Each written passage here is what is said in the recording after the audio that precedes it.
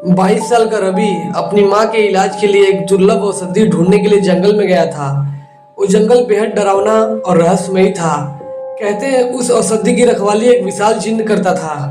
रवि ने जैसे ही औषधि की झाड़ी को छूने की कोशिश की, अचानक धरती कांपने लगी, पेड़ों की टहनियां हिलने लगी और उसके सामने एक लाल आंखों वाला भयानक जिन्न खड़ा हो गया। जिन्न गर्जा, इंसान, ये औषधि हर किसी को नहीं मिलती।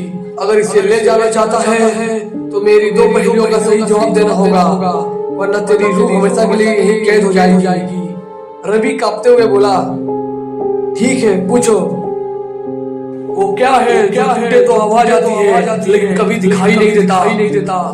रवि ने थोड़ी देर सोचा, फिर बोला, खामोशी। जिन ठहाका मारकर हंस पड़ा। सही इंसान, तुम्हारा दिमाग काम कर रहा है। दूसरी पहेली, ऐसी कौन सी चीज है जिसे जितना निकालो वो उतनी ही बड़ी होती जाती है? रवि ने माथे पर पसीना पोंछा, बहुत देर तक सोचा पर जवाब नहीं मिला। उसके होंठ कांपने लगे। मुझे नहीं पता। अचानक आसमान काला हो गया, चारों तरफ से आग की लपटें उठी और लोहे की जंजीरें रवि के हाथ पांव में लिपट गई। जिन की गुस्ती आवाज आई, जवाब था गड्ढा। रवि की चीखें जंगल में गूंज उठी और अगली ही घड़ी वो पत्थर की सलाखों के पीछे कैद हो चुका था। जिन धीरे धीरे धुंध में बदलते हुए बोला, अब तू हमेशा के लिए इस जंगल का हिस्सा बन चुका है, तेरी किस्मत यहीं सड़ जाएगी। वहीं दूर उसके गांव में उसकी बूढ़ी माँ अपने बेटे का इंतजार कर रही थी।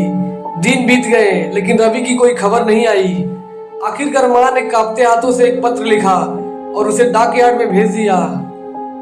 बिजली बेटी, मेरा बेटा जो रायगढ़ के जंगलों में मेरे लिए एक औषधि की खोज के लिए गया था, कई दिन हो चुके हैं, उसका कोई पता नहीं है। मेरा दिल कहता है कि कुछ अनहोनी हुई है। बेटी, एक माँ की अरदास है, तू उसे मेरे बेटे से मिला दे। एक व्याकुल माँ।